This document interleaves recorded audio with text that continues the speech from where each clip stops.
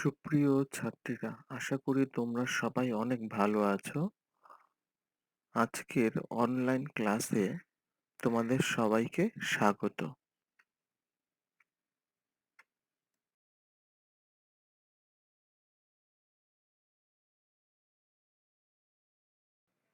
পরিচিতি। আমি মোহাম্মদ শওকত হোসেন, সহকারী অধ্যাপক, জীববিজ্ঞান বিভাগ, Keraniganj girls school and college, Keraniganj, Dhaka. বিষয় জীববিজ্ঞান প্রথম পত্র, উদ্ভিদ বিজ্ঞান, একাদশ দ্বাদশ শ্রেণী। আজকের চ্যাপ্টারের নাম উদ্ভিদ শারীরতত্ত্ব।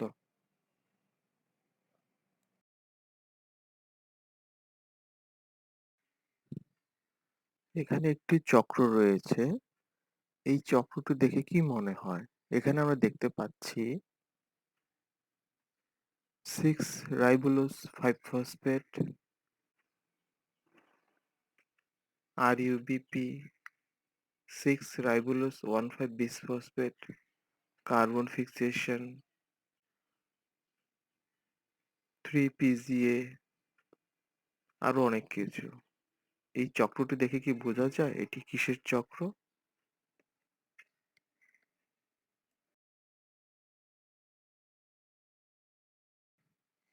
এটি ক্যালভিন চক্র বা C3 চক্র, যেটি সালোক সংশ্লেষণের আলোক নিরপেক্ষ অধ্যায়ের একটি বিশেষ ধাপ বা পথ। একে সংক্ষেপে C3 চক্র বলা হয়। আজকে আমাদের পড়ার বিষয় হচ্ছে ক্যালভিন চক্র বা C3 চক্র।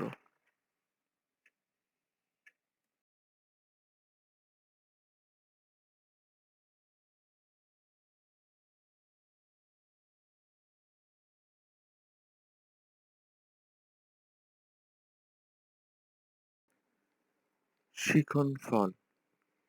এই পাঠ শেষে শিক্ষার্থীরা ক্যালভিন চক্র কি তা বলতে পারবে, ক্যালভিন চক্র অঙ্কন করতে পারবে, ক্যালভিন চক্র ব্যাখ্যা করতে পারবে, C3 উদ্ভিদের বৈশিষ্ট্য জানতে পারবে।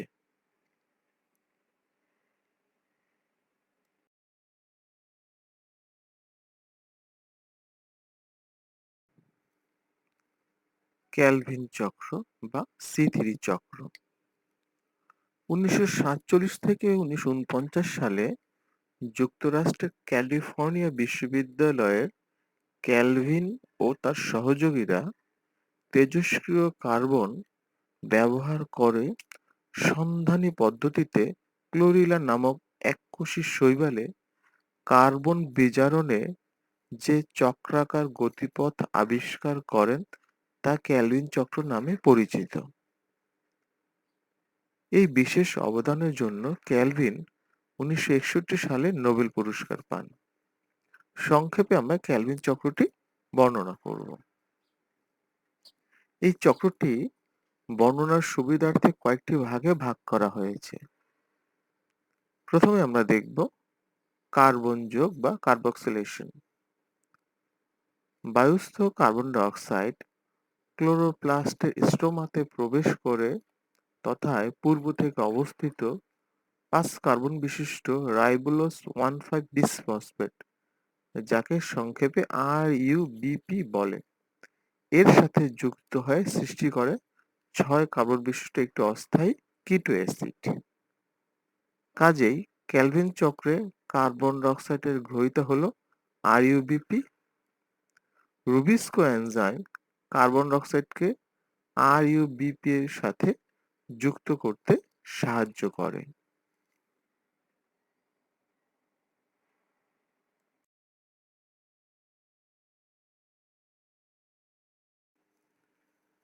এটি হচ্ছে ক্যালভিন চক্র বা C3 চক্র। আমাদের এই চক্রটি ভালোভাবে মুখস্থ করতে হবে এবং না দেখে বেশ কয়েকবার অঙ্কন করতে হবে যাতে নির্ভুলভাবে এটি শেখা যায়। পরীক্ষাতে অনেক সময় শুধুমাত্র ক্যালভিন চক্রের চিহ্নিত চিত্র অঙ্কন করতে বলে, তখন শুধুমাত্র এই চক্রটির ছবি এঁকে দিলেই হবে। এবং এই ছবিটি যদি নির্ভুলভাবে আঁকা যায় তাহলে ব্যাখ্যা করার জন্য আর মুখস্থ করার প্রয়োজন নেই। এই অঙ্কন চিত্রটি দেখেই কিন্তু পুরো ব্যাখ্যাটি লেখা সম্ভব। তাই এটি খুব সতর্কতার সাথে পুরোটাই মুখস্থ করা উচিত।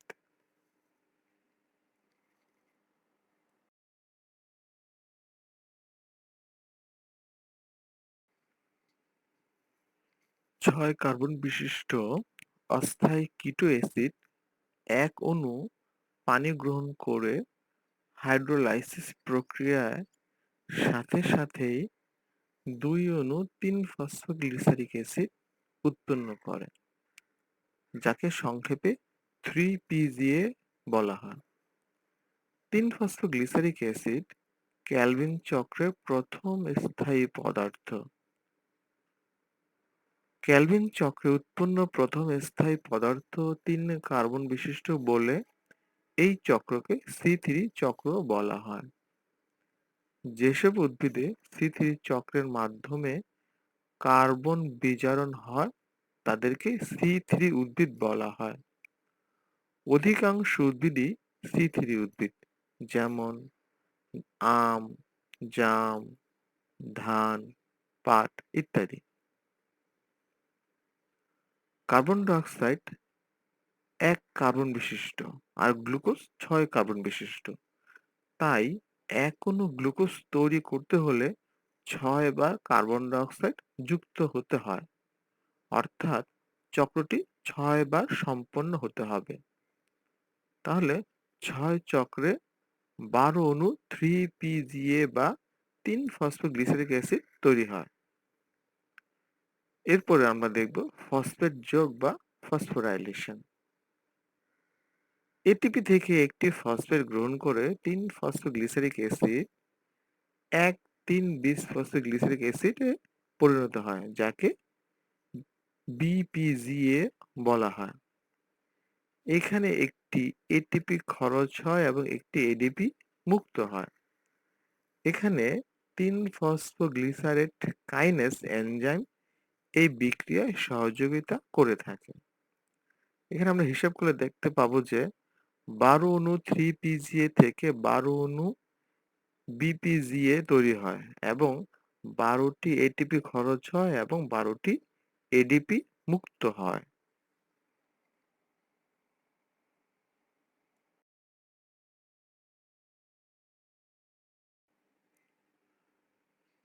হাইড্রোজেন যোগ বা রিডাকশন। ১,৩-বিস-ফসফোগ্লিসারিক অ্যাসিড বিজারিত হয়ে গ্লিসালডিহাইড 3 ফসফেট বা G3P তে পরিণত হয়। এখানে একটি ফসফেট হাইড্রোজেন দ্বারা প্রতিস্থাপিত হয়। NADPH+H+ বিক্রিয়ায় অংশগ্রহণ করে এবং NADP হিসেবে মুক্ত হয়। গ্লিসালডিহাইড 3 ফসফেট ডিহাইড্রোজিনেস এনজাইমের বিক্রিয়ায় সহায়তা করে। গ্লিসালডিহাইড 3 ফসফেট একটি ৩ কার্বন বিশিষ্ট কার্বোহাইড্রেট। আমরা যদি এখন হিসেব করি তাহলে দেখব যে ১২ অণু বিস-ফসফোগ্লিসারিক অ্যাসিড থেকে ১২ অণু গ্লিসালডিহাইড 3 ফসফেট তৈরি হয়। ১২টি NADPH+H+ অংশগ্রহণ করে এবং ১২টি NADP ও ১২টি ইনঅর্গানিক ফসফেট মুক্ত হয়। ক্যালভিন চক্রে উৎপন্ন প্রথম চিনি বা কার্বোহাইড্রেট হচ্ছে গ্লিসালডিহাইড 3 ফসফেট। গ্লিসালডিহাইড 3 ফসফেট হতে পরবর্তী বিক্রিয়ার মাধ্যমে রাইবোলোজ বিস-ফসফেট পুনরায় উৎপন্ন করে চক্রটি চালু রাখে এবং গ্লুকোজ উৎপন্ন করে সকল জীবের খাবার, শরীর গঠন ও শক্তি সরবরাহ নিশ্চিত করে। এক অণু গ্লুকোজ তৈরি করতে ১৮টি এটিপি ও 12টি NADPH+H+ দরকার হয়। শক্তি খরচ হয় 686 কিলোক্যালোরি। রাইবোলোজ বিসফসফেট পুনরায় উৎপাদন এবং দ্রব্য উৎপাদন। 12টি গ্লিসালডিহাইড 3-ফসফেট তে থাকে 36টি কার্বন আছে। এর মধ্যে 10টি গ্লিসালডিহাইড 3-ফসফেট মানে 30টি কার্বন বিভিন্ন বিক্রিয়ার মাধ্যমে শেষ পর্যন্ত 6টি 5 কার্বন বিশিষ্ট রাইবোলোজ বিসফসফেট পুনঃউৎপাদন করে। 2টি গ্লিসালডিহাইড 3-ফসফেট হতে বিভিন্ন বিক্রিয়া শেষে এক অণু গ্লুকোজ সৃষ্টি হয় এবং গ্লুকোজ থেকে পরে সুক্রোজ, স্টার্চ, সেলুলোজ ইত্যাদি দ্রব্য উৎপাদন করে। অন্য বায়োকেমিক্যাল প্রক্রিয়ায় এই সরল চিনি থেকে amino acid, fatty acid, lipid এবং নিউক্লিক অ্যাসিড উৎপন্ন হয়। এটি হচ্ছে আমাদের সি3 চক্র বা ক্যালভিন চক্র। উচ্চ মাধ্যমিক পর্যায়ের জন্য এই পর্যন্ত ব্যাখ্যা করলেই চলবে। কিন্তু যদি আরো বেশি জানার প্রয়োজন পড়ে বা মনে করো যে আরো বেশি তোমাদের জানতে ইচ্ছে হয়, তাহলে আরো অনেক কিছু এর সাথে যুক্ত রয়েছে। কিন্তু আমাদের উচ্চ মাধ্যমিক পর্যায়ে আমরা এইটুক ব্যাখ্যা করলেই যথেষ্ট। কিন্তু যখন চক্রের ছবি আঁকতে হবে তখন কিন্তু পুরোটাই আঁকা উচিত।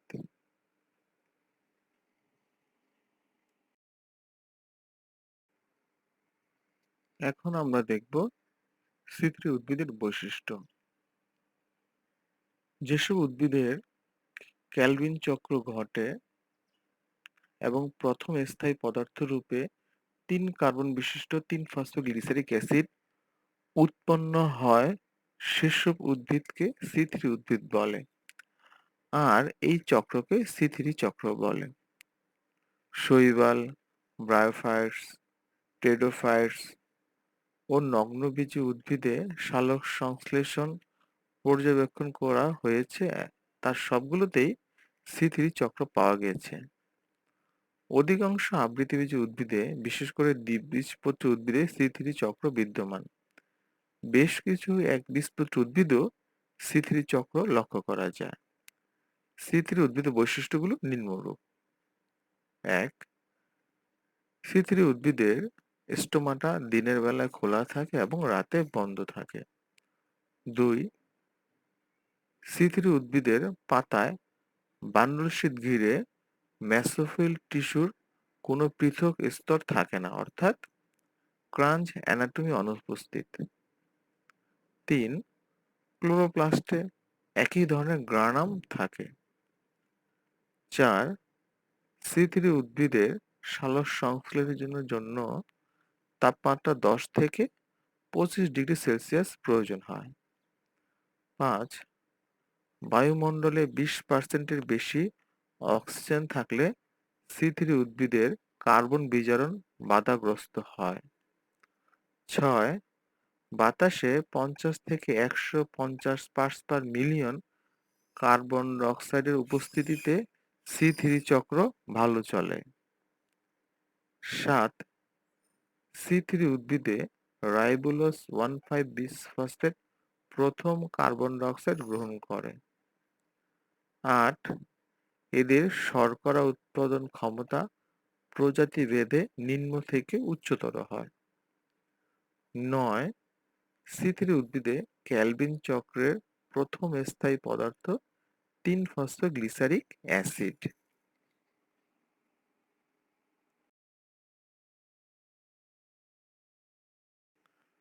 মূল্যায়ন। ক্যালভিন চক্র কি? সি3 উদ্ভিদের বৈশিষ্ট্য ব্যাখ্যা করো। আশা করি তোমরা এই প্রশ্নগুলোর উত্তর দিতে পারবে।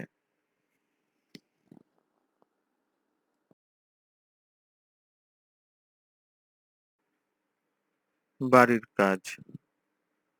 কেলভিন চক্র অঙ্কন করো।